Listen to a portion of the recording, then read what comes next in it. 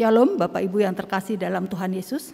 Selamat hari Minggu dan selamat beribadah untuk jemaat yang ada di gedung gereja maupun jemaat yang saat ini mengikuti ibadah di rumah masing-masing.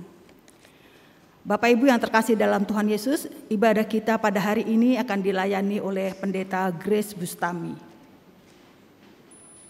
Juga diingatkan untuk Bapak Ibu dapat memberikan persembahan sebelum ibadah dimulai dengan memasukkannya ke dalam kotak persembahan yang ada di depan pintu masuk.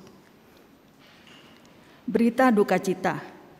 Telah dipanggil ke rumah Bapa di surga pada hari Sabtu tanggal 30 Juli 2022, Bapak Farel Napitupulu, ayah dari penatua Deborah Margareta.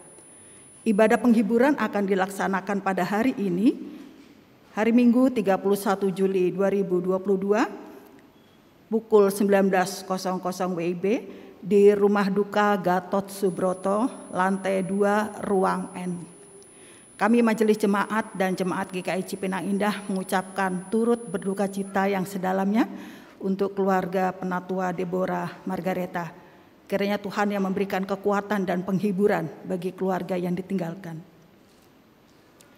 Bapak Ibu, kita akan menyaksikan warta jemaat yang perlu mendapat perhatian dari kita semua.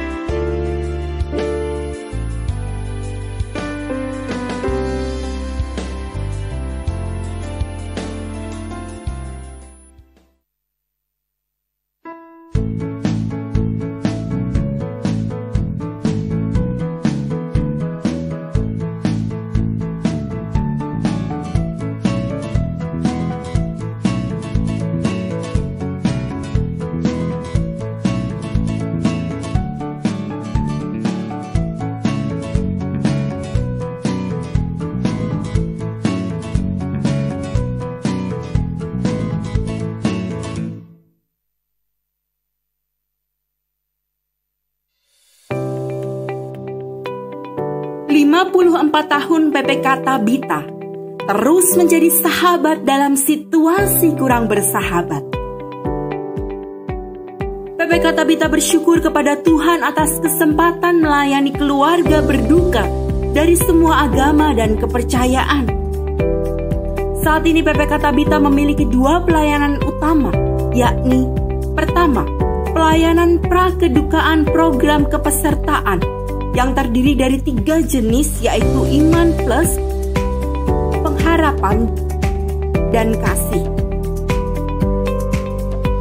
Adapun total peserta Tabita hingga tahun 2021 telah mencapai 18.000 peserta, dengan komposisi 38% berasal dari jemaat GKI dan 62% berasal dari jemaat non-GKI. Kedua, pelayanan saat kedukaan. PPK Tabita melakukan pelayanan di rumah dan rumah duka mitra di Kota Jakarta, Kota Bekasi, Kota Depok, Kota Tangerang, dan Kota Tangerang Selatan. Tahun 2022, atas berkat dan anugerah Tuhan Yesus Kristus, PPK Tabita mulai mengelola rumah duka dan krematorium Tabita Ukrida yang berlokasi di Rumah Sakit Ukrida, Jakarta. Rumah duka dan krematorium Tabita Ukrida memberikan pelayanan 1 atap dari pemulasaran jenazah sampai dengan pengabuan atau pemakaman jenazah. Pelayanan yang disediakan rumah duka dan krematorium Tabita Ukrida adalah formalin, memandikan dan merias jenazah, ruang pamer peti jenazah berbagai model, ruang duka yang dilengkapi ruang istirahat berstandar kamar hotel internasional.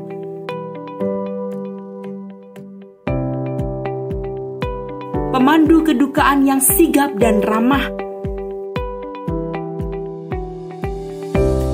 Gerai perlengkapan upacara keagamaan. Bunga dan dekorasi. Makanan dan minuman.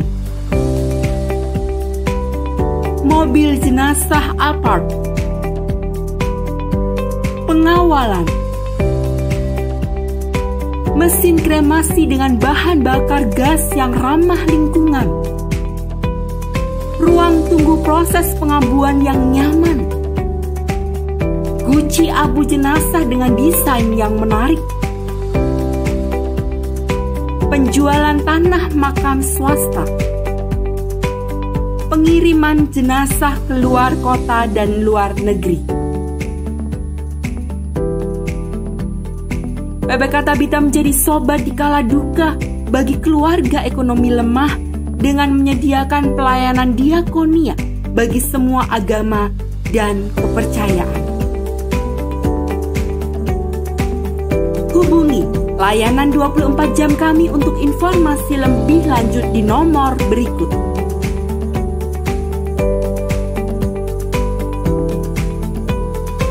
Tuhan Yesus memberkati.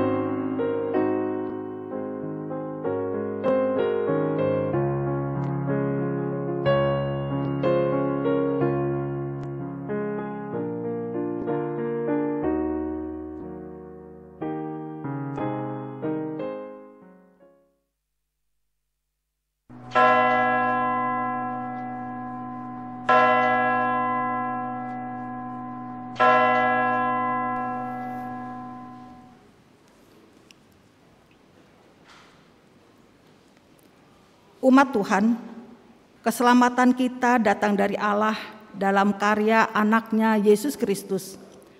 Tanpa Dia, tidak layak kita berada di hadapan Allah, menerima panggilan untuk beribadah bersama.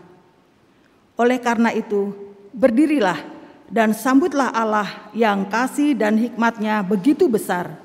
Terpujilah Allah.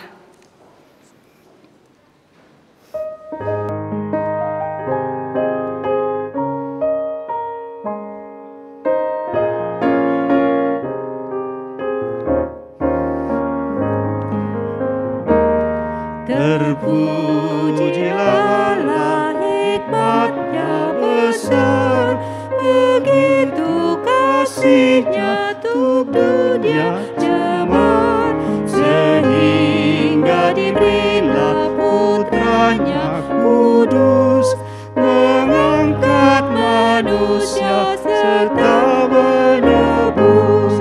Pujilah, pujilah, buatlah dunia bergemar, bergemar, mendengar suaranya. Dapatkanlah demi putranya, dipuji padanya sebab hikmat-Nya, dan darah anaknya yang menebus mereka yang yakinkan janji kudus. Deranya betapapun juga keji, dihapus olehnya, dibasuh bersih. Pujilah, pujilah, buatlah dunia bergemar, bergemar, mendengar suaranya. Dapatkanlah Allah demi putranya, dipuji padanya sebab hikmat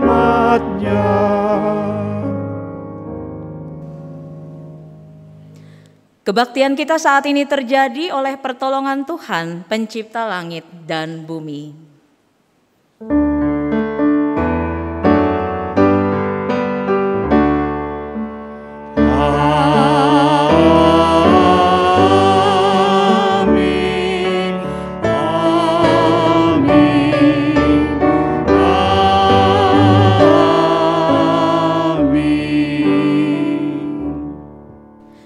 Saudara, terimalah salam kasih dan damai Kristus beserta saudara. Dan beserta saudara juga.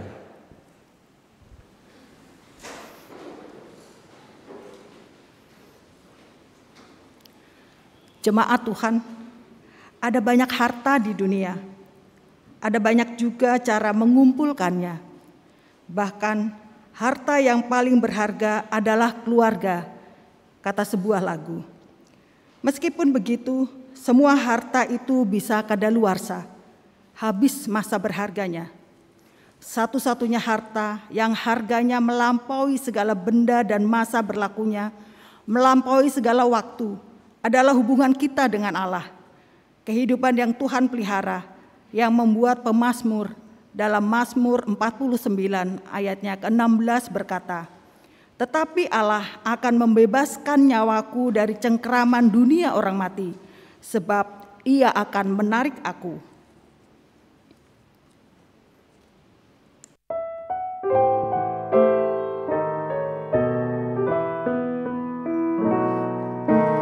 Namun Allahku kan bebaskan nyawaku dari cengkraman dunia orang mati. Karena Allahku kan menarik diriku agar ku hidup selama-lamanya. Namun Allahku kan bebaskan nyawaku dari cengkraman dunia orang mati.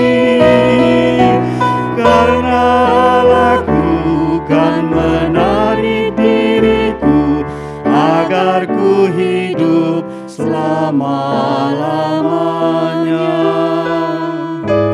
Dengarlah hai semua bangsa, hai penduduk bumi, pasang telingamu. Yang hina maupun yang mulia, baik yang miskin maupun yang kaya. Mulutku kan ucapkan hikmat, dan hatiku kan renungkan pengertian. Aku kan mendengarkan amsal, ku nyanyikan dengan kecapi. Namun Allahku kan bebaskan nyawaku dari cengkraman dunia orang mati. Karena Allahku kan menarik diriku agar ku hidup selama-lamanya.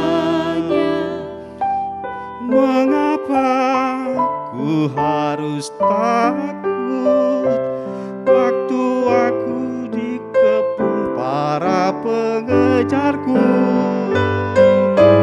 Mereka yang kaya raya dengan harta megahkan diri. Tiada yang dapat memberikan tebusan pada Allah pengganti nyawanya. Karena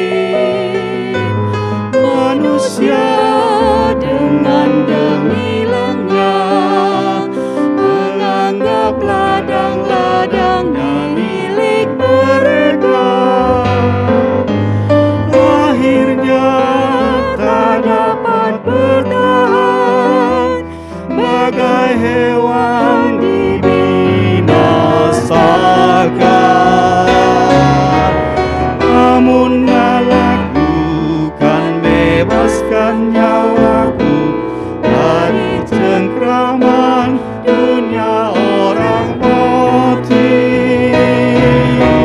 Karena laku kan menarik diriku agar ku hidup selama-lamanya.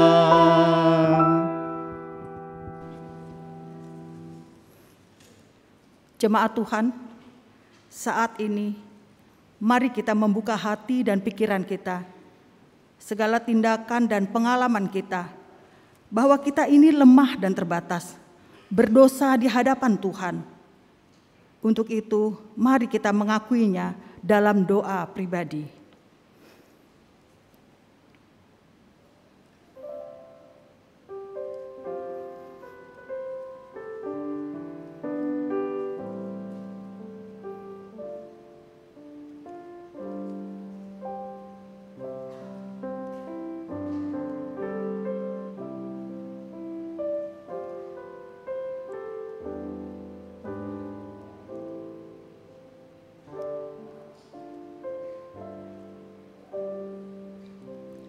Ampunilah kami ya Tuhan, jika dalam sikap doa ini pun kami ternyata masih berpikir tentang pekerjaan dan usaha kami. Bagaimana kami bisa mendapatkan untung lebih banyak? Ampunilah kami, karena kami banyak berhitung untuk kebutuhan orang lain, tetapi begitu mudah memenuhi keinginan kami sendiri. Ampunilah kami, karena kami mencari dan mengumpulkan apa yang menurut kami penting, bukan apa yang menurut Engkau paling berharga. Ampunilah kami, karena tidak jarang kami mengejar apa yang belum ada, justru berusaha meninggalkan Engkau yang telah ada buat kami, juga orang-orang terbaik yang Tuhan sudah tempatkan dalam kehidupan kami. Ampunilah kami dan pulihkanlah kami untuk bisa menghargai yang terbaik dari Tuhan. Di dalam nama Yesus kami memohon. Amin.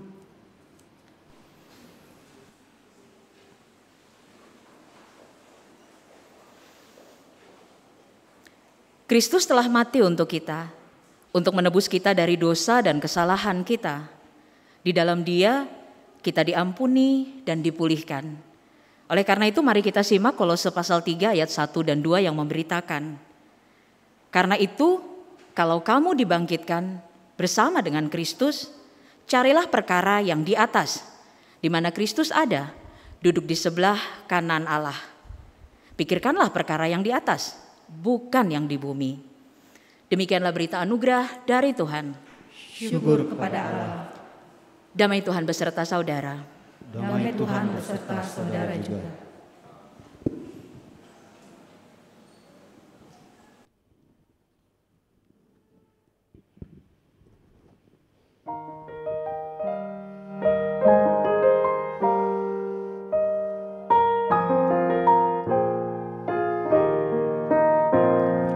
Dulu susah payah, giat berlelah, kini pasrah diri, aku berserah. Dulu kematian membayangiku, kini keselamatan milikku penuh. Aku puji Yesus, tak kenal lelah.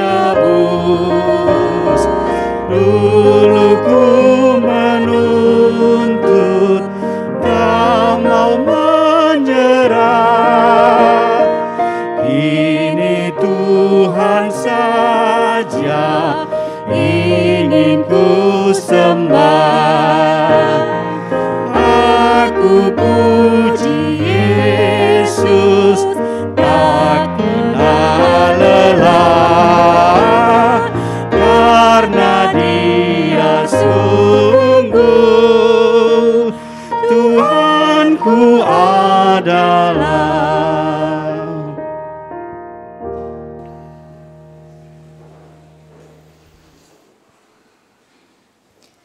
Mari berdoa.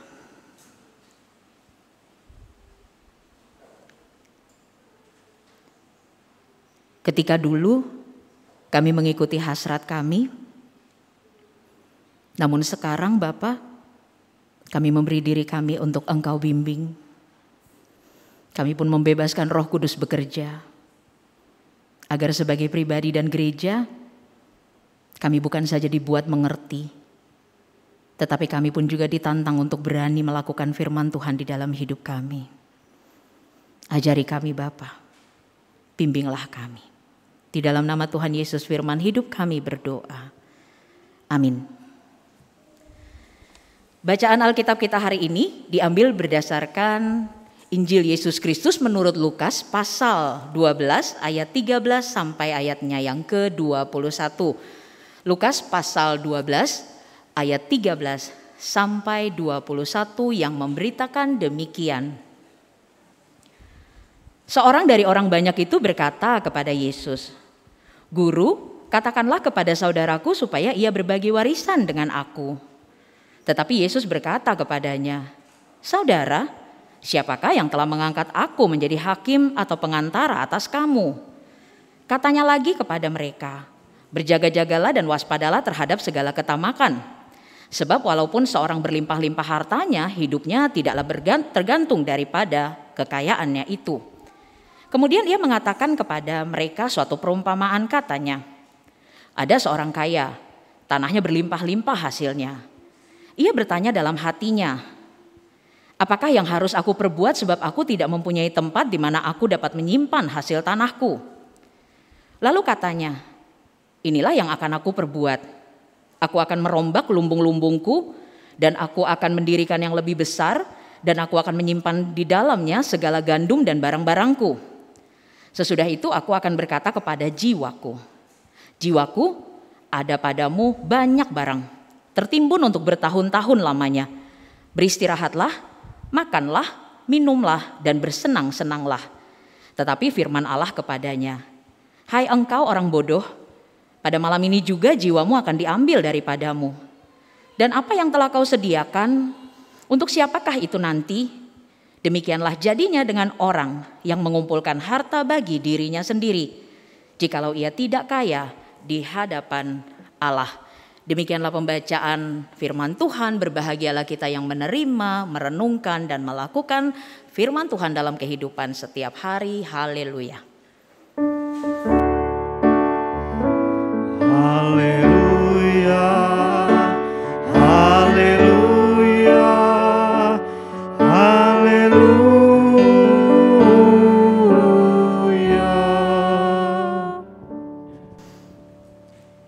Ya, selamat pagi, salam sehat, shalom Bapak Ibu Saudara di gereja maupun di rumah. Ya, dijawab. Ya, jadinya kan enak. Kalau di rumah kan saya nggak denger. Kalau di sini kan kedengeran. Ya, karena berdiri di sini tuh deg-degan, mau tukeran. Ya, oke. Bapak Ibu, pendeta tuh kalau disuruh ngomong, mendingan kita ngomong surga kek, kerajaan Allah kek, jangan duit deh. Jangan harta, ya. Entar, ya gimana ya? Janji nggak baper ya, janji ya nggak baper ya. Karena susah nih kalau ngomongin harta nih ya. Itu pendeta ngapain juga ngomongin harta? Urusan apa dia sama harta kita? Kan harta kita sendiri, ya kan? Nah masalahnya saya juga nggak kepengen khotbah ini, tapi apa boleh buat? Ketibanannya ini gitu ya. Pemahaman yang benar tentang harta milik. Nah kan, jadi janji ya Bapak Ibu nggak baper ya. Iya kan firman Tuhan itu kan bukan produk yang bisa kita pilih-pilih terus masukin keranjang kuning kan. Ibu-ibu paham banget deh.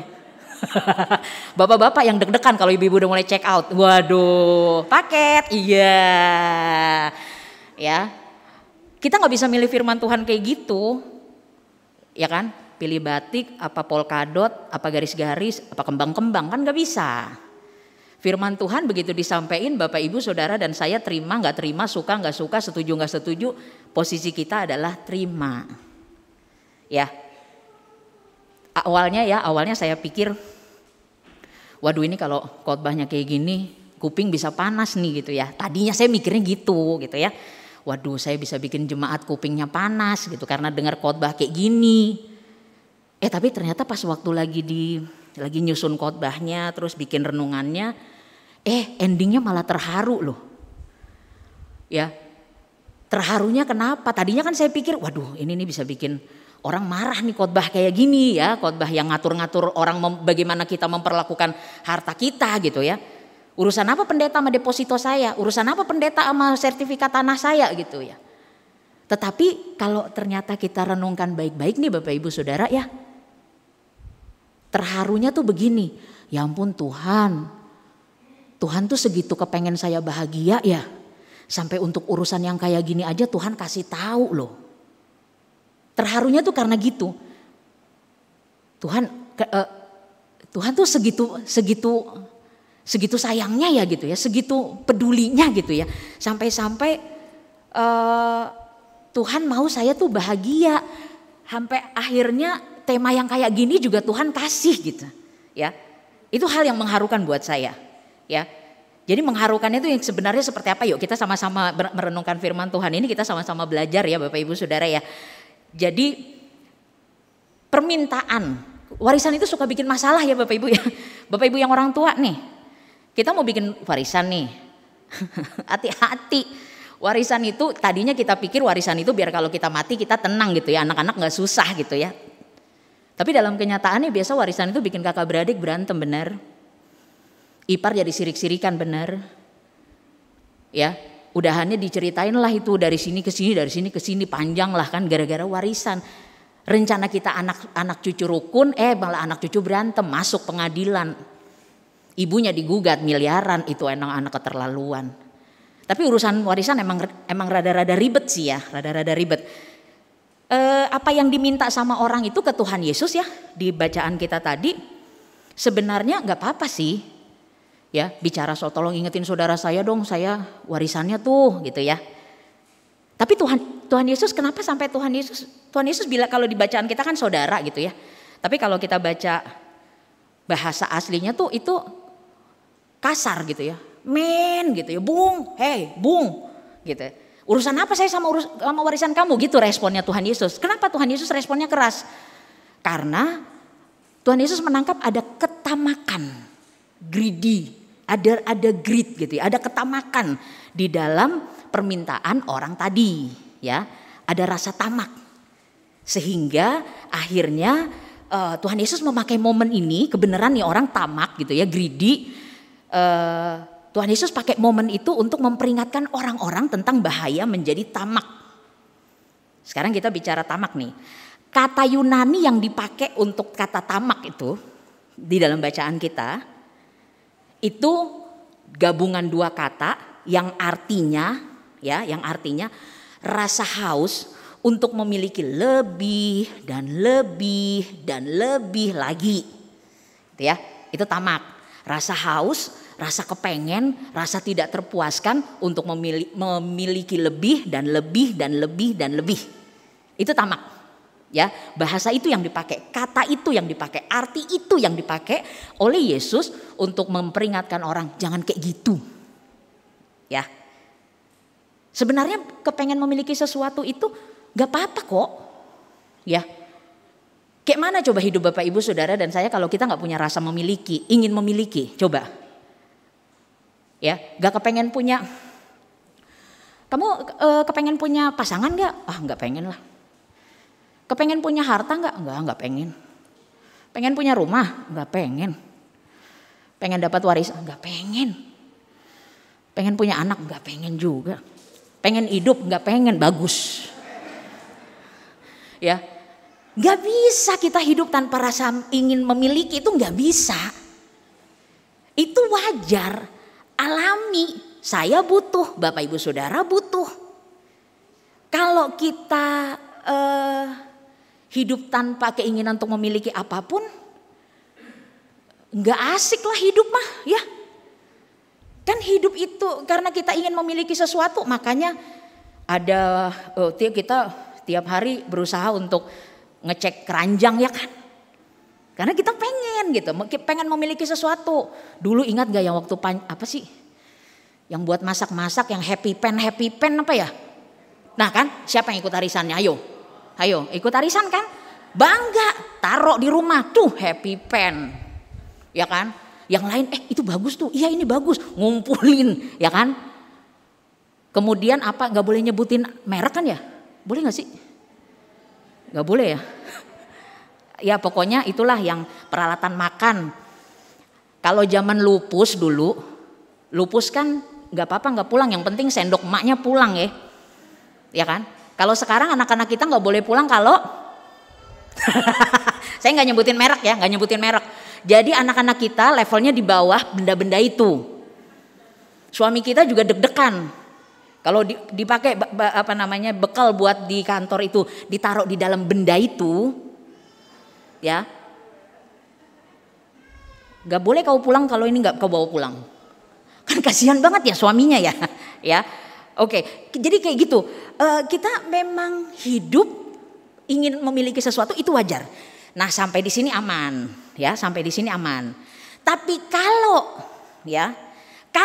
rasa ingin memiliki sesuatu itu enggak bisa kita kendalikan, seperti kata tamak tadi, ya jadinya tamak gitu ya. Akhirnya kita kepengen punya lagi, nambah lagi.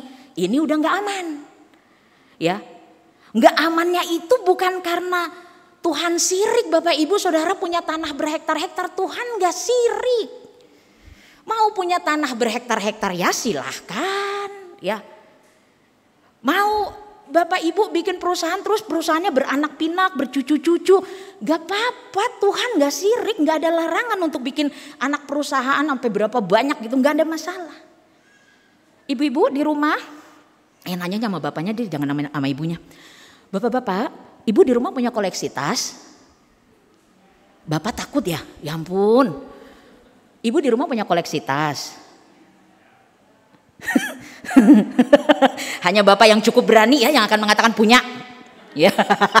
Ya. Koleksi tasnya itu sampai gini. Udah anak-anak kalian tidurnya bareng aja. Yang penting satu kamar mau mama pakai buat naruh koleksi tas. Luar biasa. Ya, ternyata tuh tas lebih mahal daripada harga anaknya. Ya.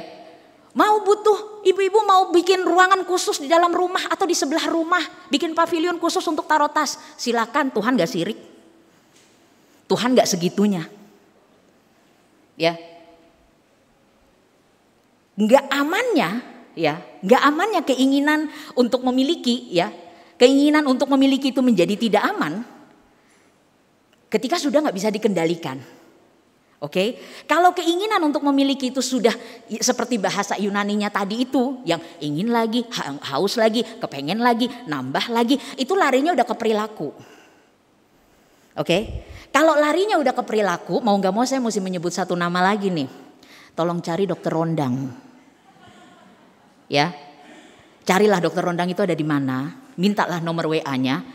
Kalau keinginan Bapak Ibu Saudara udah nggak bisa lagi dikendalikan, hubungilah beliau. Ya, tahu di mana orangnya? Nggak ada sekarang, nggak ada. Ya, nanti dibantu deh. Karena itu udah larinya ke perilaku. Keinginan yang tidak bisa dikendalikan itu kenapa sampai harus kita antisipasi, harus hati-hati dengan keinginan yang tidak bisa dikendalikan? Karena ini Bapak Ibu, dan ini juga yang menjadi concernnya Tuhan gitu ya. Tuhan, yang tadi saya bilang Tuhan tuh saking baiknya, saking ingin kita bahagia karena nggak mau ini terjadi. Ya, keinginan kalau sudah nggak bisa dikendalikan, lama-lama bikin jiwa kita kering. Bisa nggak dibayangin kalau jiwa kita kering? Kebayang nggak yang namanya jiwa itu kering? Jiwa itu kering tuh tandanya begini. Udah nggak ada lagi yang bisa membuat Bapak Ibu Saudara dan saya bahagia, tenang selain melihat apa yang kita suka. Anak-anak kita mau berprestasi, kita nggak peduli. Mereka mau bikin apapun kita nggak peduli. Karena bukan itu yang menyukakan kita, bukan itu yang membuat kita bahagia. Ada hal lain. Ya. Ada hal lain yang membuat kita senang, ada hal lain yang membuat kita bahagia. Kita jadi nggak peduli sama mereka. Itu yang namanya membuat jiwa kita kering. Kita jadi nggak kepengen apa-apa. Hidup kita, fokus kita, target kita di dalam hidup ini udah nggak lagi soal bagi relasi kita dengan orang, udah nggak ada lagi. Sesuatu yang kita suka aja yang membuat kita merasa bahagia. Ya. Dan inilah bagian sedihnya. Kita ngumpulin sesuatu, tambah banyak, lalu menurut kita itulah yang menyenangkan kita. Orang-orang yang berelasi dengan kita sudah tidak lagi ada harganya. Itu waktu jiwa kita sudah kering. Saya bilang ini bagian sedihnya. Kenapa? Karena Bapak Ibu Saudara, saat jiwa kita kering, kita nggak bisa bahagia. Lah tapi kan Bu, kalau misalnya kita lihat nih ya, kolam lelenya kita itu panennya banyak gitu ya. Kan bahagia, duduk ambil bangku gitu ya, duduk liatin lele segitu banyak, ngebayangin gitu ya. Wah, kan bahagia gitu kan. Lihat itu hasil panen, membayangin hasil panen aja udah bisa bikin kita bahagia gitu. Paling enggak kan kita bisa seneng lihat itu lele-lele itu. Bapak Ibu Saudara, bahagia yang kayak gitu nipu. Kenapa saya bilang nipu? Karena itu cuman begitu doang, nanti udahannya kita cemas. Kita lihat lele nih berkolam-kolam banyak, udahnya kita cemas. Aduh mau dijual kemana ya? Aduh nanti kalau misalnya kena hama semua gimana ya? Aduh nanti kalau ntar malam ada pesaing yang tiba-tiba nebarin hama gitu ya. Atau tiba-tiba bikin sesuatu yang jahat, sabotase. Nanti lelenya semua pada mati. Yang tadinya gak ada apa-apa di sekitar kolam lele. Sekarang pasang CCTV di mana-mana. Lampu udah kayak di stadion bola. Akhirnya kita gak tidur. Menderita gak? Menderita.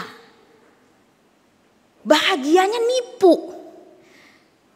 Udahannya kita malah berbalik jadi cemas. Nah cemas ini yang kemudian Tuhan Yesus angkat di dalam perumpamaan tentang orang kaya yang bodoh. Bukan berarti orang kaya bodoh ya, bukan ya. Mohon maaf ya. Ya kayak mana orang Alkitabnya bilangnya begitu. Jangan kapok jadi orang kaya juga gitu ya.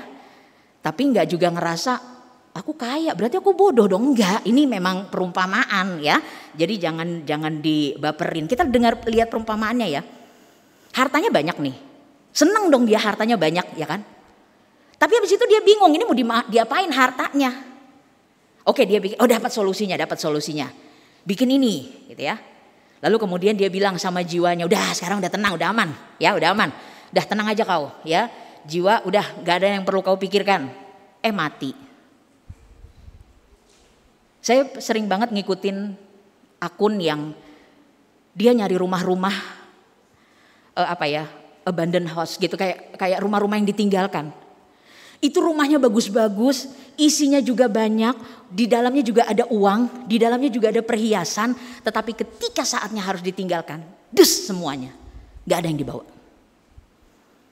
Perjuangan sekian lama untuk mulai bangun rumah itu atau mulai mengisi rumah itu gak ada artinya. Saat harus ditinggalkan begitu aja. Kan sedih. Kan bukan kayak itu yang kita inginkan. Kan bukan hidup seperti itu yang kita inginkan. Sehingga itu yang Tuhan Yesus peringatkan kepada orang-orang. Jangan sampai kayak gitu. Jangan sampai apa yang kita kejar di dalam hidup. Jangan sampai apa yang kita berusaha untuk raih di dalam hidup. Endingnya kayak gitu. Ya. Begitu aja. Udah selesai. Tapi emang salah ya. Kalau kita menikmati sesuatu yang membuat kita bisa bahagia. Bapak Ibu, kemarin sore di salah satu gereja ada persekutuan pemuda. Ceritanya pemuda-pemuda itu lagi ngebahas 5 bahasa cintanya Gary Chapman, ya, 5 bahasa cinta. Lalu kemudian diaturlah gimana ya 5 bahasa cinta ini jangan jadi cuma informasi buat kita gitu ya sebagai pemuda. Oh bahasa cintaku ini, oh bahasa cintanya dia itu. itu berarti bahasa cinta ini harus ada hubungannya, kita harus ada tantangannya. Benar, di akhir kita kasih tantangan. Kalau saya bahasa cintanya ini gitu ya, tantangan buat saya adalah saya nggak pakai lagi tuh bahasa cintanya gitu ya. Bahasa cinta saya jadi nggak penting, tetapi saya akan menggunakan bahasa cinta saya itu untuk memberi cinta kepada orang lain atau untuk mencintai orang lain gitu ya. Jadi kalau misalnya saya bahasa cintanya hadiah, pas banget jadi pendeta, ya kan? Pendeta kan barang-barangnya mereknya apa? Mereknya apa Bu Vera?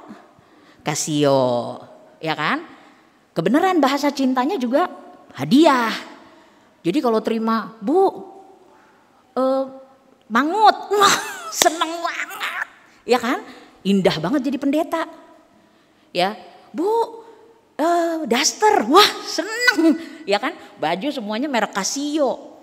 Kebenaran bahasa cintanya adalah hadiah, contoh ya. Nah, selama ini kan saya merasa dicintai oleh jemaat, saya merasa dicintai oleh pasangan, saya merasa dicintai oleh anak, saya merasa dicintai oleh sahabat adalah ketika saya menerima hadiah. Tapi orang yang belajar bahasa kasih, tantangan buat mereka adalah dia bukan bahagia waktu menerima cinta, menerima hadiah apa segala gitu ya. Tapi tantangannya adalah bagaimana dia mencintai orang lain dengan bahasa cintanya. Gitu ya. Jadi saya tidak lagi merasa bahagia waktu saya dapat, tetapi saya justru merasa saya dicintai waktu saya ngasih. Itu tantangannya. Di ibadah pemuda dibilangnya gitu ya. Tantangannya adalah bagaimana kita tidak merasa dicintai ketika menerima cinta, tetapi memberikan cinta. Nah, udahannya nih. Udah saya duga nih, ini pasti ada yang nanya. Bener, ada yang nanya. Nanyanya kayak tadi. Bu, emang saya salah kalau saya kepengen bahagia? Emang saya salah kalau saya pengen mengurusi diri saya sendiri dan gak ngurusin orang lain? Emang saya salah kalau saya pengen mencintai diri saya sendiri karena selama ini saya udah ngurusin orang? Nah, kebenaran dia jawabnya seperti itu. Makanya saya bilang buat dia. Nah, itu kerennya pemahaman Yesus. Pemahaman Yesus itu gak umum. Nggak B aja, nggak kayak orang lain. Pemahamannya Tuhan Yesus itu keren. Kerennya itu bagaimana? Kerennya tuh gini. Normalnya, alaminya, umumnya orang akan merasa dikasihi kalau dia menerima kasih, gitu ya. Dia merasa dicintai kalau dia menerima cinta. Tapi tantangan hidup di dalam Yesus beda. Orang bisa merasa dikasihi justru ketika dia memberi kasih pada orang lain. Jadi bukan untuk dia. Lagunya kan hidupku bukannya aku lagi, tapi Yesus dalamku gitu ya. Jadi aku udah gak penting. Tetapi bahagiaku, sukaku, cintaku itu baru aku rasakan ketika aku melakukan itu kepada orang lain. Dan ini juga yang menjadi jawaban yang sama dengan pertanyaan tadi. Emang salah ya kalau kita menikmati sesuatu yang membuat kita bahagia? Emang salah ya kalau kita melihat bahagia karena melihat koleksi-koleksi yang kita punya? Enggak salah Bapak Ibu. Cuma mau diingetin, bahagia yang seperti itu cuman sebentar. Enggak sebanding sama usahanya. Pagi siang malam kita berusaha, kita cari, wah kita bekerja dengan luar biasa. Cuman untuk sebentar, buka kamar, lihat koleksi tas, kayaknya perlu tambah 1 CCTV lagi nih gitu. Ya, cuman sebentar bahagianya. Padahal kita effortnya luar biasa gitu, usahanya luar biasa. Sampai ngirit, sampai gak check out, sering gak check out gitu ya, check outnya cuman buat yang itu aja. Makan juga alasannya diet gitu ya. Padahal mah sebenarnya mah ngirit. Demi apa? Demi apa yang kita lagi mau gitu. Padahal udahannya udah gitu doang. Ya. Ingat yang waktu masker lagi mahal-mahalnya enggak? Ya. Semua orang beli masker, ya kan? Timbun. Udah dibayangin nih, masker 1 kotak sekian ratus kali 1 gudang. Dia udah ngebayangin kok. Pinjem duit kan dari saudara, pinjem duit buat nambahin modal untuk dagang. Pinjem duit udah banyak nih, nimbun satu gudang nimbun nih masker. Harga masker turun dong. Apa udahannya? Stres nggak? Stres, segitu doang. Semua yang kita kejar dengan jadi lelah gak bisa nolong kita pada akhirnya. Tapi hari ini kita belajar Bapak Ibu bahwa dengan apa yang Tuhan beri bagi kita, kalau itu kita simpan semuanya buat kita, bahagianya sebentar, nikmatnya sebentar, udahannya jadi cemas. Kenapa? Karena ada tamak di dalamnya, ada rasa tidak puas di dalamnya. Akhirnya ujung-ujungnya apa? Cemas. Ujung-ujungnya jadi apa? Jadi berantem. Ujung-ujungnya jadi apa? Jadi ini curiga sama orang. Kayaknya aku lihat tetangga tiap hari bolak-balik kayaknya mau ngambil barang kita itu Pak. Orang jalannya cuma ada itu. Masa iya dia mesti permisi lewat tempat lain? Ya itu. Jadinya kita overthinking sama orang, insecure sama orang, curigaan sama orang. Hanya gara-gara kita takut yang di dalam rumah itu nanti kepengen juga kagak. Ya, waktu kita berpikir bahwa harta itu bisa kita pakai untuk diri kita sendiri, jadinya nanti seperti itu. Dan Tuhan itu nggak mau Bapak Ibu Saudara dan saya cemas. Karena waktu kita udah mulai cemas, kita udah mulai ngaco, udah mulai tuduh-tuduhan, udah mulai begini, udah mulai salah-salahan. Tuhan nggak larang Bapak Ibu Saudara dan saya ngumpulin harta. Lah emang cicilan bayar cuman pakai doa doang gitu loh maksudnya. Memang selama ini juga cicilan dibayar pakai doa, bener, itu bener. Tetapi orang juga akan bilang, tapi kan pakai duit gitu loh. Kita nggak bisa datang ke sana, lalu kemudian mau bayar cicilan motor dong. Oke mana? Ya pakai doa ya, kan nggak bisa. Ya, Tuhan nggak larang Bapak Ibu Saudara dan saya ngumpulin harta, enggak. Tuhan nggak larang Bapak Ibu Saudara dan saya memiliki sesuatu yang kita mau, enggak. Tuhan nggak larang Bapak Ibu Saudara dan saya suka pada hal-hal tertentu dan kita ngumpulin koleksi, hobi, enggak.